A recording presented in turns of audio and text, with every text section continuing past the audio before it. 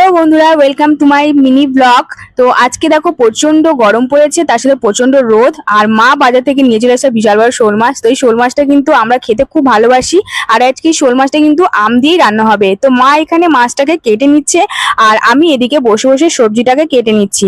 যেহেতু মাছটা আজকে রান্না হবে কাঁচা আম দিয়ে, তার সাথে আছে পাঁচমিশালি সবজি। তো আমি এদিকে সবজিটা কেটে নিচ্ছি, আর মা ওদিকে মাছটা কেটে নিচ্ছে। তারপরে দেখো এখানে রান্নাও কিন্তু বসে গেছে। মা কিন্তু মাছগুলোকে অলরেডি ভেজে নিচ্ছে একদম কড়া করে। আর মাছের দাগাগুলো দেখো বেশ ভালোই বড় হয়েছে। তার সাথে কিন্তু পাঁচমিশালি সবজিটাও কিন্তু অলরেডি হয়ে এসছে, আর একটুখানি বাকি। তারপরে আমি স্নান করে তাড়াতাড়ি পুজোটা দিয়ে নিলাম।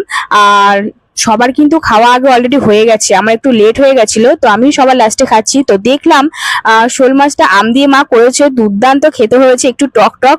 যারা যারা খাওনি তারা কিন্তু একবার ট্রাই করে দেখতে পারো। এই গরমের সময় শোল মাছ আম দিয়ে রান্না করলে কিন্তু বেশ ভালো লাগে। আমার তো খুব ভালো লাগে। আর কাদের কাদের ভালো লাগে কমেন্ট করে